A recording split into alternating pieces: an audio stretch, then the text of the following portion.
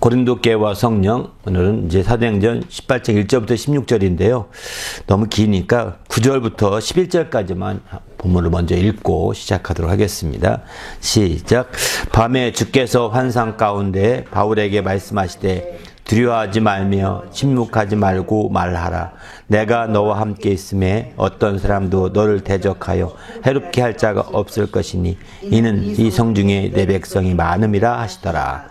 1년 6개월을 머물며 그들 가운데서 하나님의 말씀을 가르치니라. 아멘. 성령의 역사를 가장 많이 확실하게 기록하고 있기 때문에 사도행전을 성령행전이라 보통 이렇게 이제 통칭으로 그렇게 부르기도 합니다.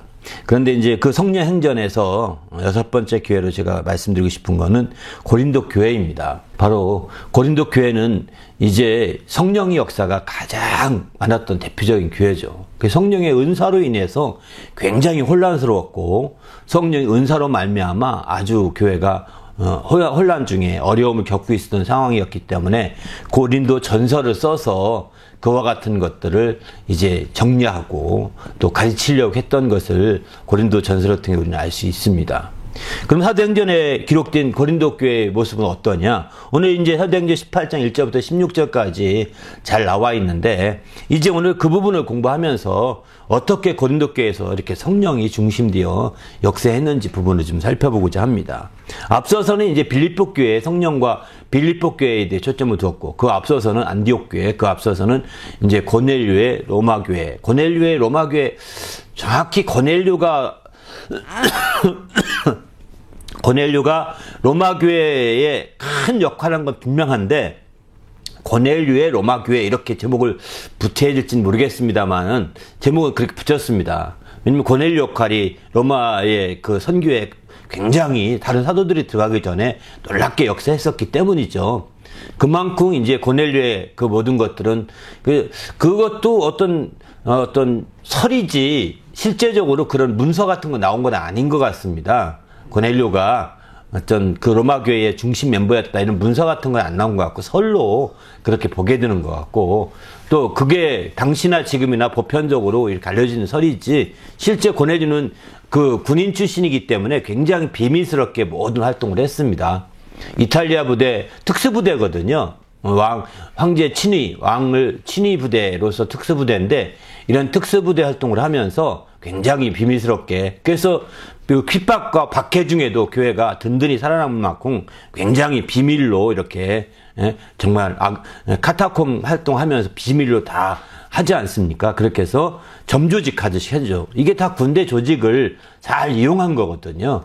그래서 마침 로마 교회가 대환란과 박해 속에서도 든든히 견뎌나갔던 것이 이제 그 고넬료의 큰 것이 아닌가 이렇게 보고 있는 거죠. 고넬료가 정말 그때 그는 바탕으로 점조직으로 해서 서로가 자기 가까운 인접한 사람만 알고 다른 사람 모르게 이렇게 비밀스럽게 점조직화했던 그런 모든 것들이 결국은 잡히더라도 몇 명만 잡히는 거 끝나는 겁니다. 다 함께 몰려가는 게 아닙니다. 다 잡혀가는 게 아니거든요. 그러니까 그 어려움 중에도 교회가 든든히 서갖게 됐고 사도 바울 같은 경우 나중에 로마 교회 얘기를 들으면서 나는 너희 로마에 들리기를 원하지만 로마 교회에 들리기 원하지만 그 남의 터우에 집을 지으려는 건 아니다. 다시 말해서 거기 로마에 교회 세우려고 할 목적은 아니다. 이 얘기를 하는 겁니다. 왜? 이미 너희가 교회를 세우기 있으니까 로마 가기 전에 바울이 로마 가기 전에 로마 있는 교회에 편지 쓴 게 로마서거든요. 편지 쓰면서 내가 로마 들렸다가 저 서바나로 가려고 하는 것이지 설마 서바나 가기 전에 로마 들릴 수밖에 없는 상황이지 않느냐 이렇게 얘기하면서 실제 서바나는 지금의 스페인을 말하죠. 스페인 땅 지금의 이베리아 반도가 당시엔 땅끝으로 알았거든요.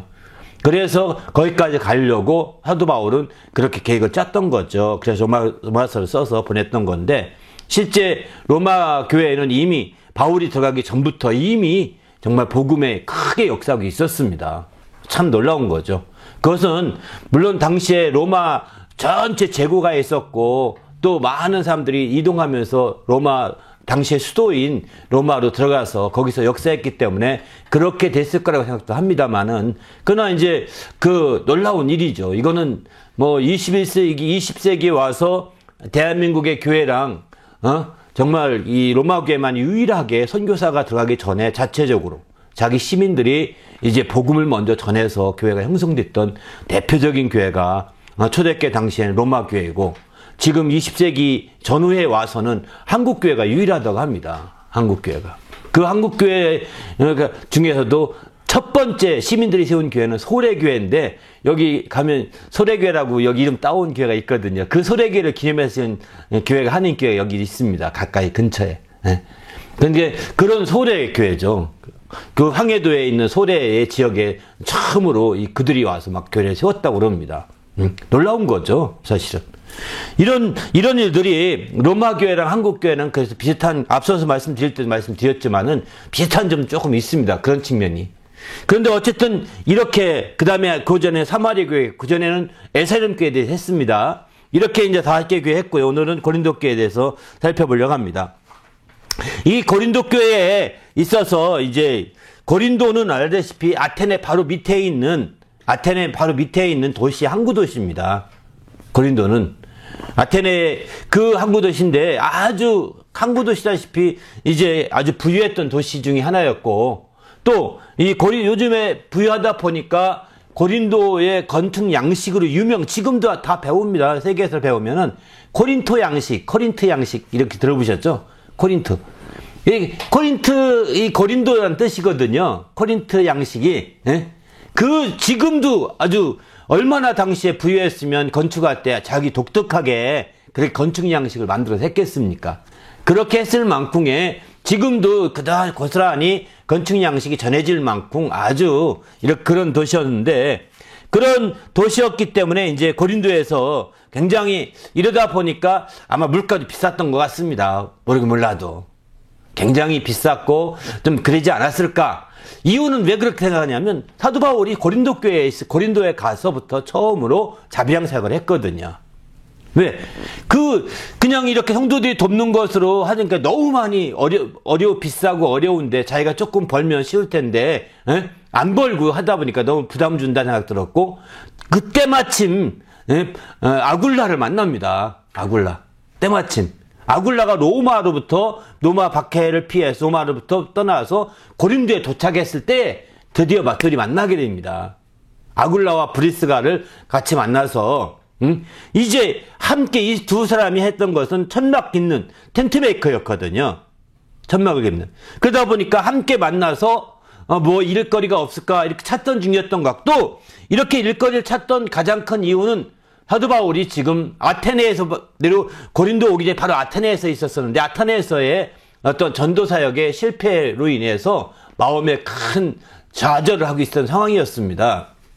아테네에서의 그 전도 열심히 해서 아레오바고 광장에서 막 토론도 하고 막 강하게 연설하고 놀라운 설교를 했지만 믿는 자가 거의 없다시피 했습니다. 자기가 대륙가 몇 명이나 이제 결신했지 실제 그 아테네 사람들 가운데 믿는 자가 거의 없다시피 한 거죠. 그렇게 되면서 좌절 가운데 고린도로 내려옵니다. 아테네는 안 되나 보다. 고린도에 와서는 그가 나중에 또 말씀드리겠지만 이제 다른 거 하지 않고 그냥 이렇게 잠시 직거합니다. 직거하다가 이제 기도하고, 그리고 마침내 직거하는 가운데서 이제 로마 생업을 함께하는 천막 만드는 사람을 만나게 되는 거죠. 그가 아굴라와 브리스가입니다. 그렇게 해서 이제 교회도 하지 않고 또 혼자서 잠깐 그 마음에 상처받은 거라고 할까요? 마음에 좌절한 것 때문에 할 만한 용기가 안 나는 겁니다. 할 만한 용기가 안 나고, 그런 찰나에 이제 아굴라와 브리스가 만나서 함께 이제 어쨌든 먹군 살아야 되지 않겠습니까? 그러다 보니까 생업 현장에 뛰어들었던 것 같고, 그게 계기가 되어서 그는 이 자비랑 사역을 처음으로 이 고린도 교회에서 하게 됩니다. 고린도 교회 전에도 자비랑 사역을 하지 않았습니다.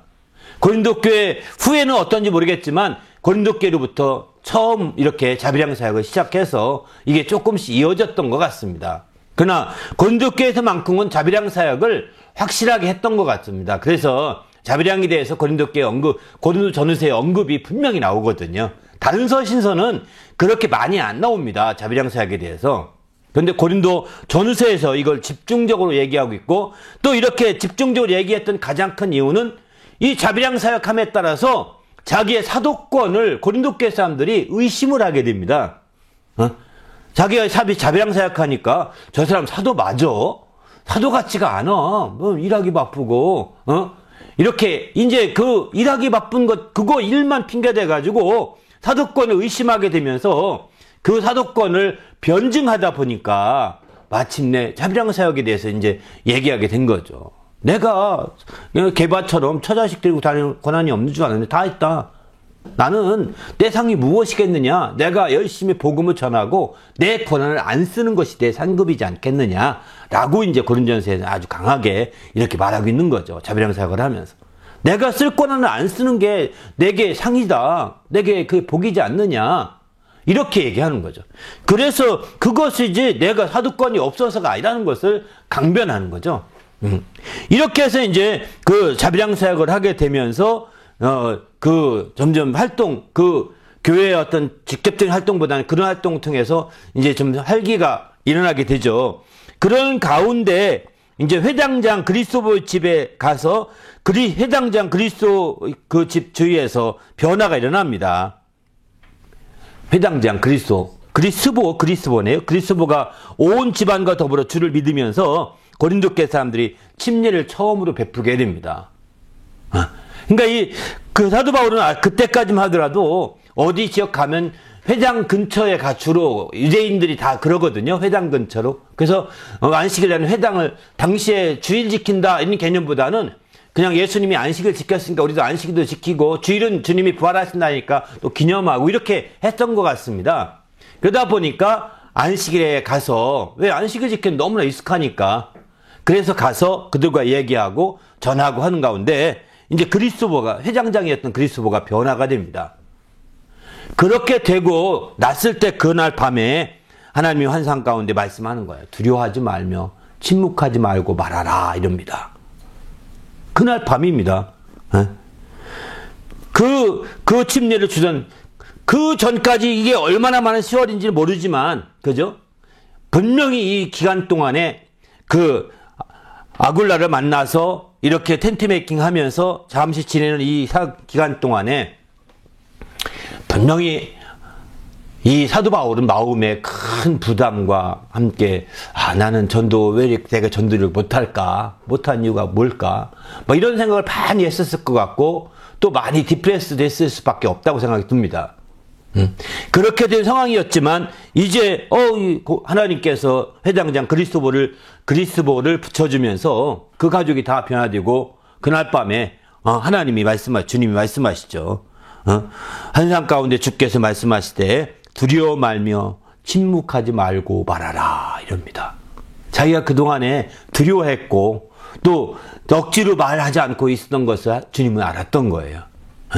왜? 그게 너무나 지금 아테네 그 전도사역의 실패가 큰 충격으로 다가온 거죠.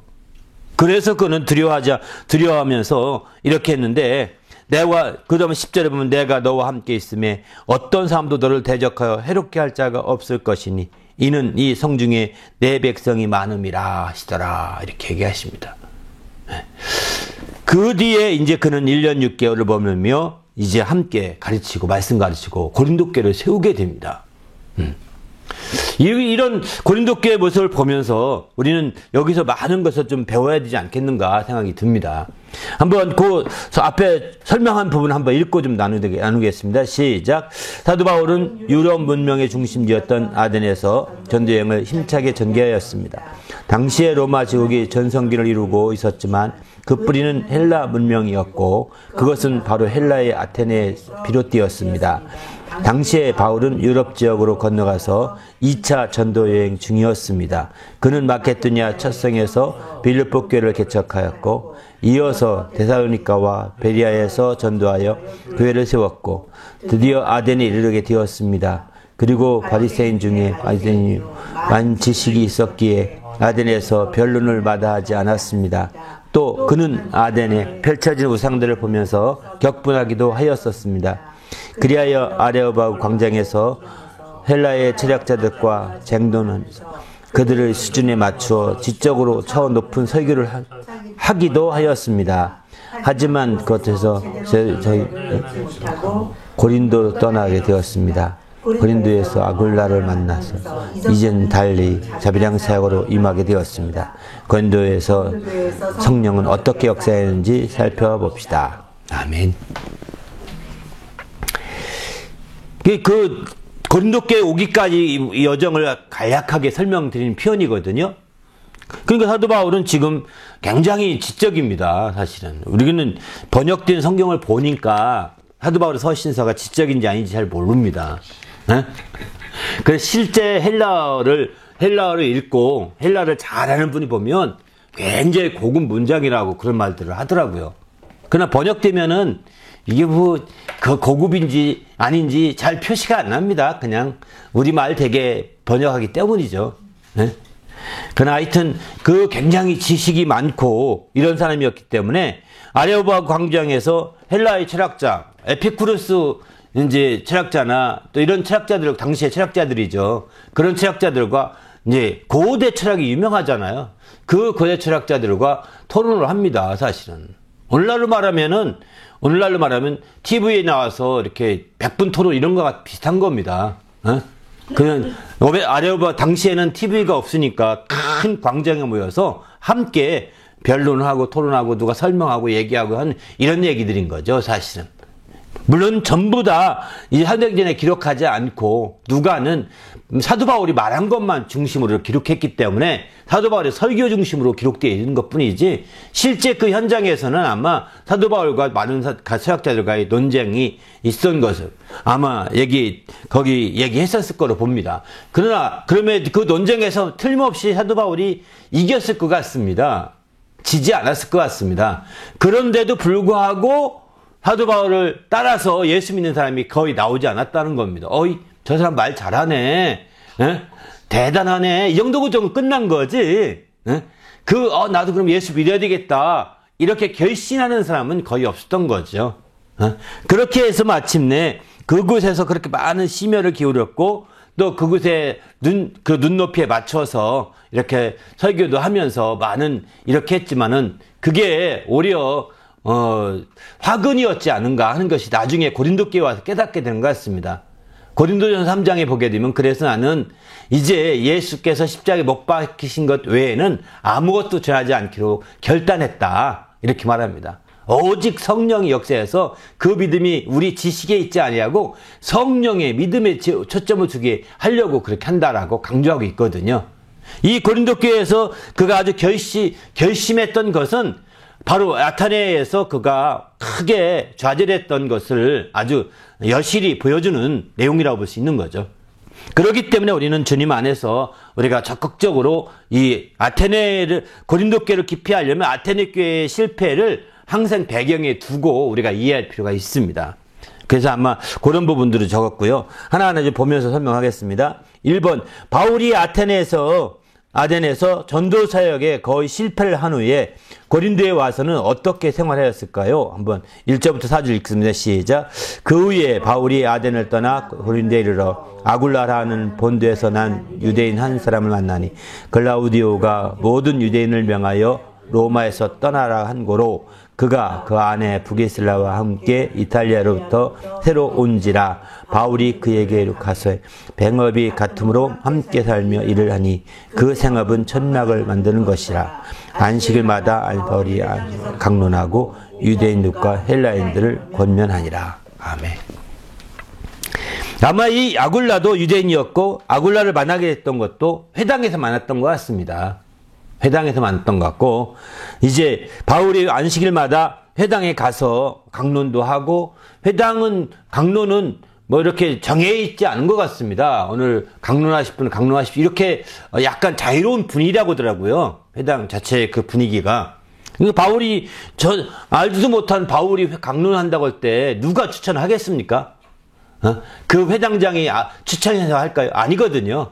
자원해서 나가는 거거든요.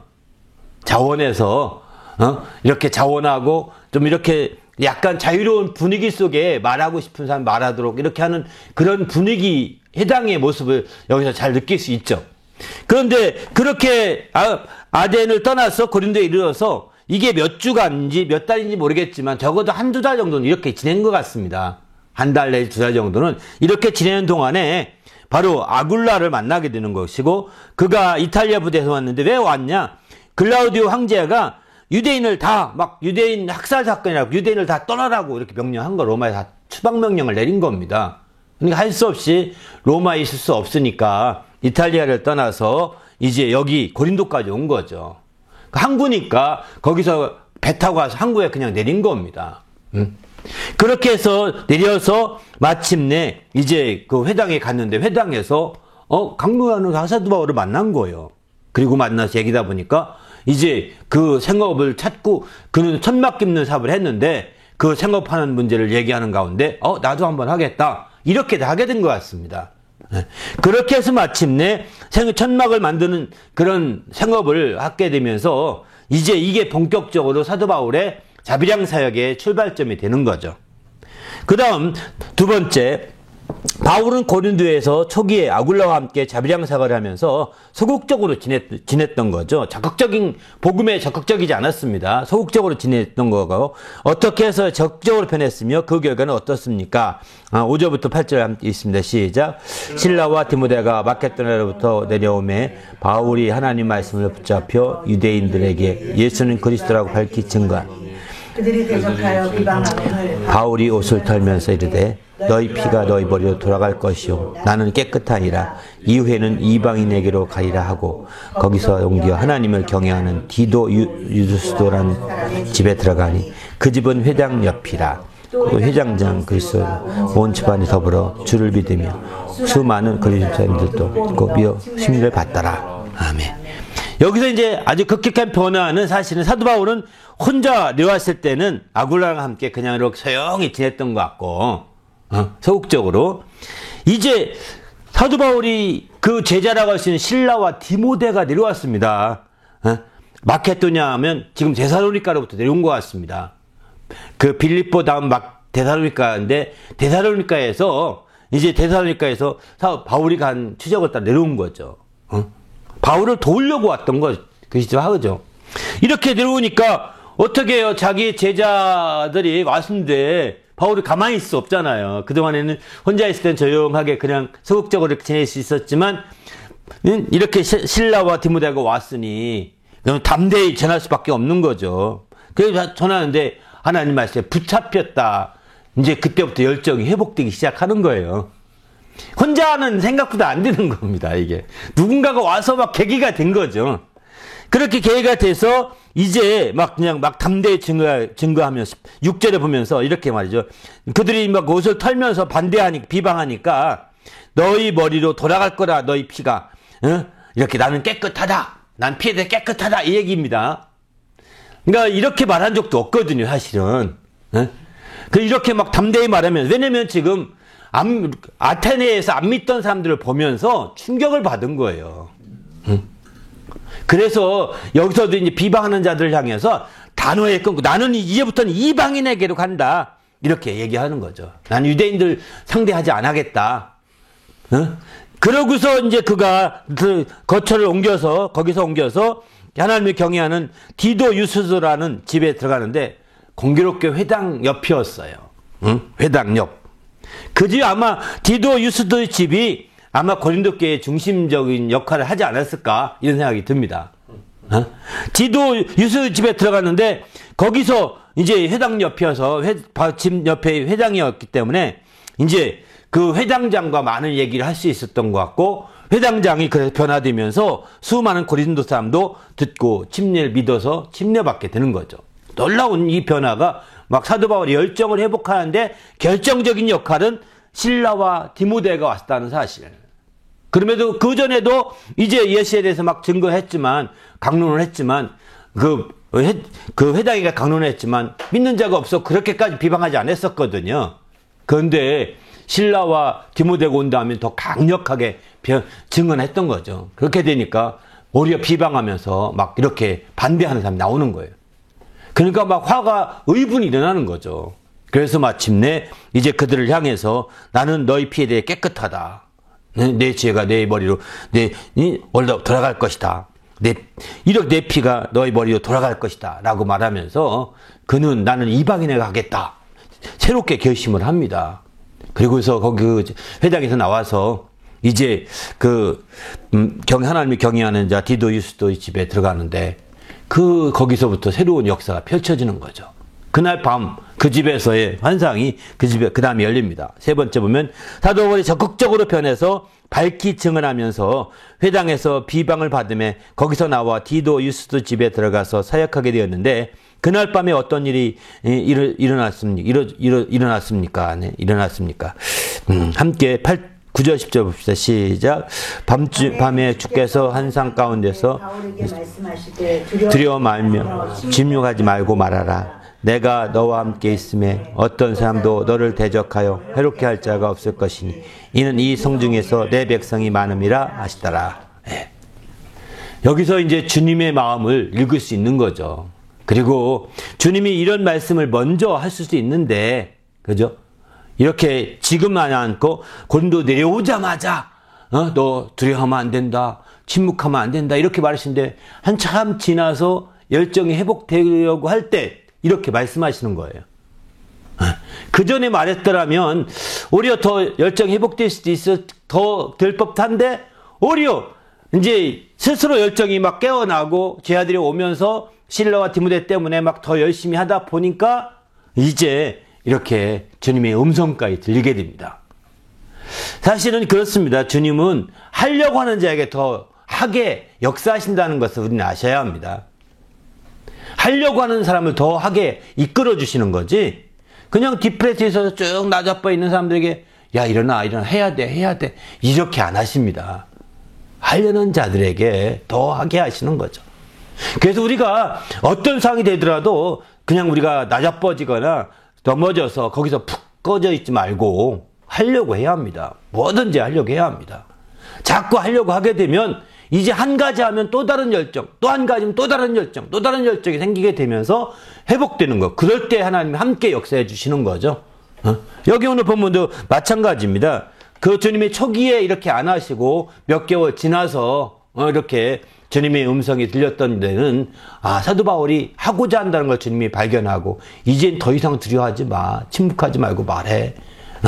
정말 내가 함께 하니까 말해봐. 이렇게 주님이 그에게 위로해 주시고 힘을 주시는 거죠. 또 여기 고린도에는 하나님의 믿을 자가 많다. 이렇게 얘기하고 있는 거. 내 백성이 많다. 이렇게 얘기하면서 이제 이렇게 강하게 사도 바울은 푸시하게 되는 거죠. 네 번째입니다. 주께서 환상 중에 두려워 말며 침묵하지 말고 말하라고 한 말씀을 들은 후에 어떻게 행하였으며 그때는 어떤 마음이었을까요? 한번 말씀 구절 말씀 함께 읽어볼까요? 시작. 1년 6개월을 머물며 그들 가운데서 하나님 말씀을 가르치니라. 형제들아 내가 너희에게 나아가 하나님의 증거를 전할 때 말과 지혜의 아름다운 것으로 아니하였나니 내가 너희 중에서 예수 그리스도와 그의 십자가에 못 박힌 것 외에는 아무것도 알지 아니하기로 작정하였습니다. 내가 너희 가운데 거할 때에 악하고 두려워하고 심히 떨었노라. 네. 실제 처음에 이 마지막 고린도 전서 2장 3절의 마지막 부분의 말씀은 내가 너희 가운데 있을 때 거할 때 약하고 두려워하고 심히 떨었노라. 사실 이게 바울 사도의 진심이죠. 초기에 아테네에서 실패하고 나서 굉장히 마음이 약해졌었고 또 두려워하고 하나님이 나와 함께하지 않는다. 그전과 다르다는 것을 깨달았고 또 심히 그로 인해서 떨었던 거죠. 그래서 위축될 수밖에 없었고 그래서 마침내 이제 소극적으로 임할 수밖에 없었는데 때마침 하나님이 그 마음을 깨우기 위해서 실라와 디모데를 바로 마케도니아로부터 보냈어요. 그래서 디모데가 실라가 오면서 이제 그 마음이 다시 불일 듯 일어나기 시작하게 되는 거죠. 그렇게 됐을 때 하나님께서 두려워 말고 말하라 이렇게 말하게 되는 거죠. 그렇게 그 음성을 들은 이후에 그는 1년 6개월을 머물며 그들 가운데서 하나님 말씀을 가르쳤습니다. 어떤 내용이 있을까요? 그 내용은 고린도서 2장 1절 2절에 잘 나오고 있죠. 바로 내가 말과 지혜의 아름다운 것으로 전하지 아니하였나니 너희 중에서 예수 그리스도와 그의 십자가에 못 박히신 것 외에는 아무것도 알지 아니하기로 작정하였습니다. 이렇게 말합니다. 그는 지금 자기의 지혜와 말과 지혜의 아름다운 것으로 그 아테네에서 했었거든요. 그렇게 접근했었었는데 이게 아니라는 걸 알거든요. 말과 지혜의 아름다운 것을 좋은 말로 표현한다면 이게 철학입니다. 철학. 철학적으로 접근했는데 그렇게 해서는 안 된다는 것을 그는 깨닫게 되었고, 이제 그래서 예수 그리스도와 그의 십자가에 못 박히신 것 외에는 내가 아무것도 알지 아니하기로 작정했다. 아주 모르게 작정했다는 겁니다. 전하지 않는 것은 말할 것도 없고 모르기로 작정했다라고 이렇게 표현하고 있습니다. 5번입니다. 사도 바울이 1년 6개월을 머물며 사역할 때 유대인들이 어떤 일을 벌였습니까? 한번 12절부터 15절까지 읽을까요? 시작. 갈리오가 아가야 총독이 되었을 때 유대인이 일제히 일어나 바울을 대적하여 법정으로 데려가서 말하되 이 사람이 율법을 어기면서 우리를 경외하라.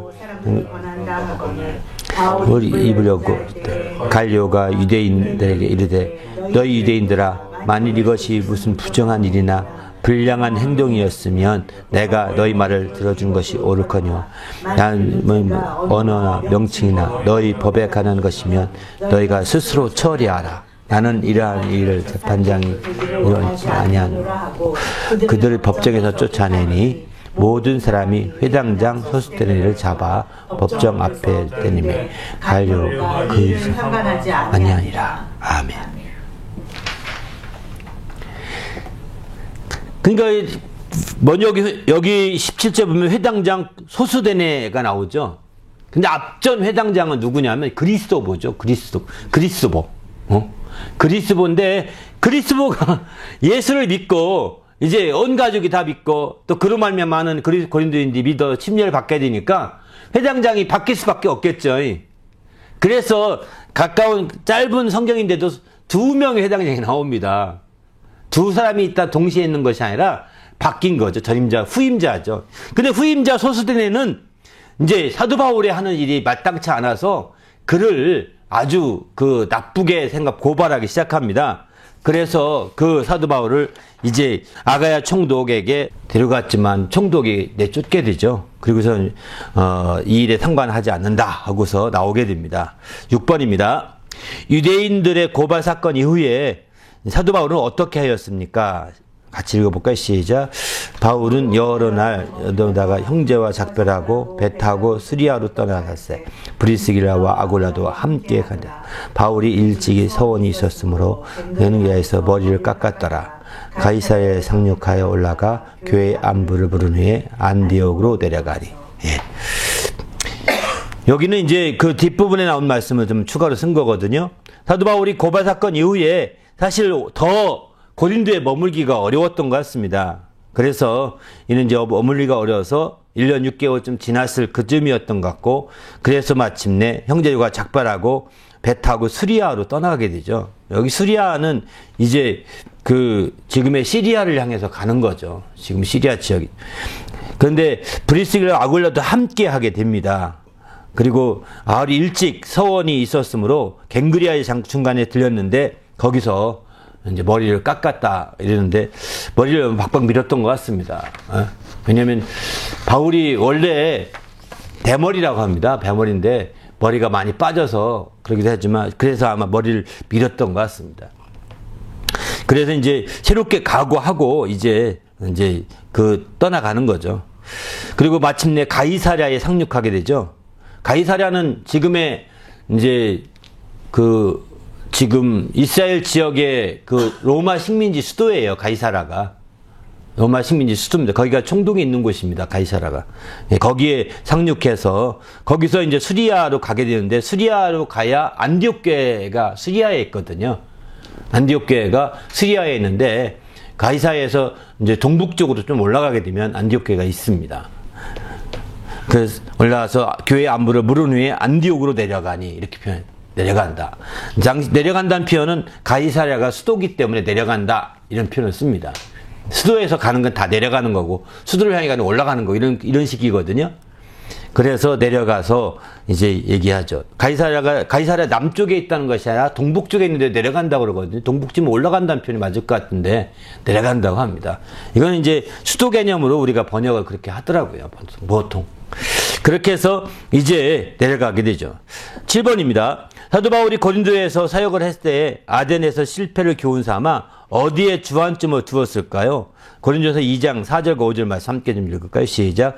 내 말과 전도함이 설득력이 있는 지혜의 말로 아니하고 다만 성령이 나타남과 능력을 하여 너희 믿음의 사람의 지혜에 있지 아니하고 다만 하나님의 능력이 있게 하려 하였노라. 고린도 교회에 있으면서 이제 그가 사역의 초점은 그 당시에 처음에는 심히 약하고 심히 두려워하고 심히 떨었지만 그러나 이제 그는 오직 예수와 그의 십자가 못 박히신 것 외에는 아무것도 알지 아니하기로 작정했다고 했습니다. 그러면 그거로 끝났냐? 그는 그 말과 전도함에 어떤 지혜의 말로 하지 아니하고 오직 성령이 나타남과 능력으로만 하고자 했던 거죠. 고린도 교회는 그래서 어떤 교회보다도 성령이 나타남과 능력이 많이 나타났던 대표적인 교회였습니다. 이러다 보니까 그리고 이제 그 너희 믿음 이렇게 했던 이유는 뭐냐? 그 고린도 교회 성도들의 믿음이 사람의 지혜에 있지 아니하고 하나님의 능력에 있게 하려고 했던 거죠. 이 얘기 무슨 얘기냐면 지혜에 있다는 것은 믿음이 그냥 듣고 이해하는 데 초점 둔 믿음이거든요. 그러나 능력에 믿음에 있게 한다는 것은 체험하는 데 초점이 있는 겁니다. 체험은 체험이 될 때 능력이 나타나기도 하고 능력이 드러나게 되는 거죠. 체험이 안 되면 능력이 없습니다. 체험을 통해서 이렇게 하고 있는 걸 보게 되죠. 그래서 고린도 교회는 어떤 교회보다도 체험이 많이 있습니다. 다양한 체험들이 있고 이런 성령의 은사들이 나타나게 되죠. 다양한 체험들이.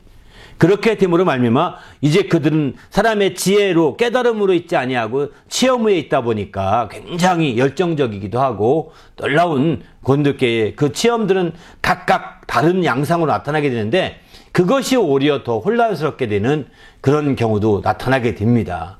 그로 말미암아 이제 교회가 어려워졌고 그로 인해서 새롭게 하게 된 걸 본 거죠. 나눔 함께 볼까요? 시작. 고린도 교회는 자비랑 사역을 통해서 세웠는데 사도 바울에게 있어서 가장 마음이 아파했던 교회였습니다. 가장 많이 신경을 쓸 만큼 가장 긴 내용의 서신서를 쓰게 되었고 3번씩 서신서를 보낸 유일한 교회였습니다. 또 실제로 3차 전도여행 말미에 고린도에 2번이나 가려고 계획을 세우기도 하였으나 실행되지 못하고 연기할 수밖에 없었습니다. 사도 바울이 왜 이렇게 고린도 교회에 대하여 깊은 신경을 쓸 수밖에 없었는지 이야기해 봅시다. 고린도 교회는 성령의 역사가 어느 교회보다도 많이 나타나게 했다. 사도 바울이 적극적으로 반응할 때 성령이 역사하여 현상 중에 주의 음성을 듣게 하였고 그리하여 본격적으로 교회 개척이 시작되었다. 사도 바울이 고린도를 가면서 아덴에서 실패가 번역 예수 그리스도와 그의 십자가에 못 박히신 것 외에다. 그리고 그의 전도함이 지혜의 말로 하냐고 다만 성령이 나타남과 능력으로 하였고 그 믿음이 사람의 지혜가 아닌 하나님의 능력이 있게 하려고 하였었다. 그 후에 성령의 역사가 강력하게 되었는데 성령의 은사로 인하여 고린도 교회가 어려움이 생기는지도 정되었다. 아멘. 이제 앞서 얘기한 얘기를 좀 정리해 놓은 겁니다. 아무튼 이렇게 고린도 교회는 정말 성령의 역사가 아주 놀라운 성령 역사로 말미암아 하나님이 정말 일으켰던 대표적인 교회였다는 것을 이렇게 좀 다시 한번 말씀드리고요. 어쨌든 우리는 같이 기도할 때 정말 성령이 역사한 만큼 더 철저하게 우리가 깨어있지 않으면 안 된다는 겁니다. 그냥 성령이 역사한다고 해서 우리가 뒤로 늘어져 있거나 퍼져 있어서는 안 되는 거죠. 더 깨어있을 때 성령이 더 역사하시게 되고 성령의 역사하심이 더 아름다운 열매로 맺을 수가 있는 거죠.